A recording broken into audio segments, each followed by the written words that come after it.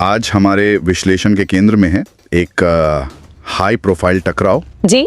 Elon Musk और Donald Trump. बिल्कुल। कभी ये सहयोगी थे लेकिन अब तो खुलेआम भिड़ रहे हैं। हमारे पास जो स्रोत हैं उनके जरिए हम समझेंगे कि ये झगड़ा मतलब इसकी जड़ें कहाँ हैं। हाँ। कि इस विवादास्पद कानून ने इसमें आग में घी डाला। सही। और क्या मस्क वाकई मतलब अपनी राजनीतिक पार्टी बनाने की सोच रहे हैं? चलिए इस उलझी कहानी को थोड़ा सुलझाते हैं। बिल्कुल। तो शुरुआत करते हैं उस कानून से जिसे ट्रंप प्रशासन ने वन बिग ब्यूटीफुल बिल या OBBBA कहा था। OBBA, हाँ। ये एक बहुत बड़ा मतलब विशाल बजट बिल है। हाउस ऑफ रिप्रेजेंटेटिव्स ने इसे पास भी कर दिया। लेकिन सुना है वोट बड़ा करीबी था। हाँ, बहुत ही करीबी। 215, 214, 1, बस 1 वोट का अंतर। मोटे तौर पे देखें तो इसमें 2017 की जो टैक्स कटौतियां थीं उन्हें जारी रखना है। अच्छा। कुछ सरकारी सामाजिक खर्चों में कटौती हैं जैसे स्नैप और मेडिकेड पर। रक्षा बजट में बढ़ोतरी है करीब $150 बिलियन की। और राज्य और स्थानीय टैक्स मतलब सॉल्ट कटौती उसकी सीमा $10,000 से बढ़ाकर $40,000 करना शामिल है। और इसमें वो AI वाली बात भी है ना? हाँ, वो एक खास बात है। ये बिल राज्यों को आर्टिफिशियल इंटेलिजेंस यानी AI पर अगले 10 साल तक कोई कानून बनाने से रोकता है। लेकिन इस बिल का दूसरा पहलू भी है, मतलब इसके आर्थिक असर को लेकर चिंताएं भी तो हैं। बिल्कुल हैं।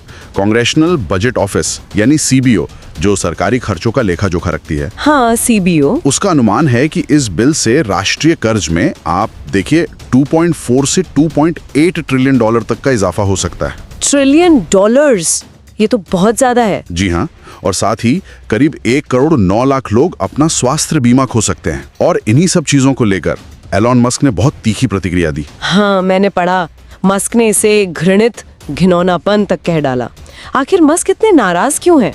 क्या ये सिर्फ इलेक्ट्रिक गाड़ियों की सब्सिडी वाली बात है? देखिए, EV टैक्स क्रेडिट का हटना वो एक बड़ा कारण जरूर है। हाँ, क्योंकि टेस्ला पर असर पड़ेगा। बिल्कुल। टेस्ला जैसी कंपनियों के लिए ये अहम था। अनुमान है कि इससे टेस्ला को करीब $1.2 बिलियन का नुकसान हो सकता है। तो ट्रंप का तो यही कहना है कि मस्क बस इसीलिए नाराज है। लेकिन क्या बात सिर्फ इतनी ही है या कुछ और भी है? लगता है कहानी इससे कहीं ज्यादा जटिल है।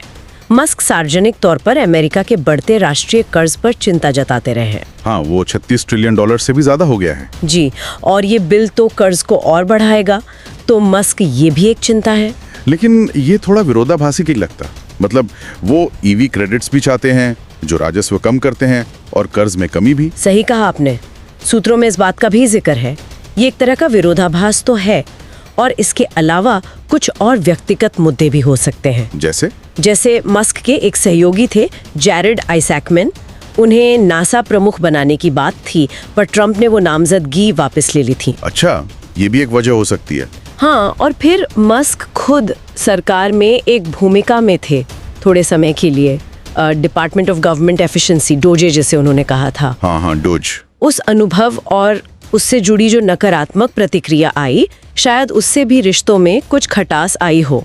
तो मतलब ये सिर्फ एक बिल का मुद्दा नहीं रहा, रिश्तों में कई स्तरों पर दरार आ चुकी थी पहले से। बिल्कुल। और फिर ये झगड़ा एकदम खुलकर सामने आ गया। और तेजी से बढ़ा भी शायद। हाँ, बहुत तेजी से।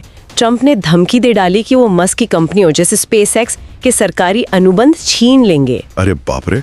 जवाब में मस्क ने भी सोशल मीडिया पर बिना सबूत के दावा कर दिया कि ट्रंप का नाम जेफरी एप्स्टीन मामले से जुड़ी फाइलों में है। ये तो बहुत गंभीर आरोप है। हाँ, हालांकि वो पोस्ट बाद में हटा दी गई थी।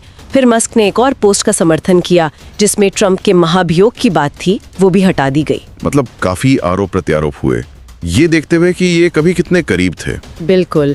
ट्रंप ने कहा कि मस्क अब हद से ज्यादा बढ़ रहे थे, मतलब वेयरिंग थिन, और उन्हें व्हाइट हाउस छोड़ने को कहा था। और कभी मस्क ने कहा था कि वो ट्रंप से बहुत प्यार करते हैं। हाँ, उन्होंने लिखा था, मैं @real डोनाल्ड ट्रंप से उतना ही प्यार करता हूँ जितना एक सीधा आदमी दूसरे आदमी से कर सकता है। वक्त कैसे बदलता है। सही बात है। और इसी कड़वाहट के बीच मस्क ने अचानक ये नई राजनीतिक पार्टी का आइडिया उछाला। हाँ, बिल्कुल। उन्होंने अपने सोशल मीडिया प्लेटफॉर्म X पर एक पोल चलाया। X पर, हाँ। पूछा कि क्या अमेरिका को एक नई पार्टी की जरूरत है जो बीच के 80% लोगों का प्रतिनिधित्व करे। और नतीजा क्या रहा? लगभग 80% लोगों ने हाँ कहा। अच्छा। इसके बाद मस्क ने एक नाम भी सुझाया, दी अमेरिका पार्टी। दी अमेरिका पार्टी, ये नाम कुछ सुना हुआ सा लगता है। हाँ, ये उनके पुराने सुपर पैक के नाम से मिलता जुलता है, अमेरिका पैक। उसी पैक ने कभी ट्रम्प के चुनाव में मदद की थी। तो क्या ये मस्क का गंभीर कदम है या सिर्फ एक मतलब हवा बनाने की कोशिश? रिपब्लिकन क्या सोचते हैं? कुछ रिपब्लिकन सांसद जैसे रेप पेट्रोनिस वो इसे लेकर ज्यादा चिंतित नहीं है। उन्हें क्या लगता है? उन्हें लगता है कि ये शायद बस दबाव बनाने की एक चाल हो और मस्क और ट्रम्प जल्द ही फिर से सुलह कर लेंगे। हो सकता है। लेकिन मस्क ने एक इशारा ये भी किया है कि भले ही ट्रम्प का कार्यकाल 3.5 साल का बचा हो, वो खुद यहाँ अगले 40 साल से ज्यादा रहने वाले हैं। मतलब वो लंबी रेस के घोड़े हैं। तो कुल मिलाकर देखें, एक जो ताकतवर गठजोड़ था वो बड़ी नाटकीय ढंग से दुश्मनी में बदल गया है। हाँ। इसके पीछे एक बड़ा कानून है, व्यक्तिगत महत्वाकांक्षाएं हैं, कर्ज की चिंताएं हैं और शायद कुछ गलतफहमियां भी। बिल्कुल साफ है कि तकनीक, राजनीति और व्यक्तिगत अहम का ये टकराव अमेरिका राजनीति में काफी हलचल मचा रहा है। अमेरिका की राजनीति पर, टेक इंडस्ट्री पर, सरकारी नीतियों पर लंबे समय में क्या असर पड़ेगा? हाँ, ये बड़ा सवाल है।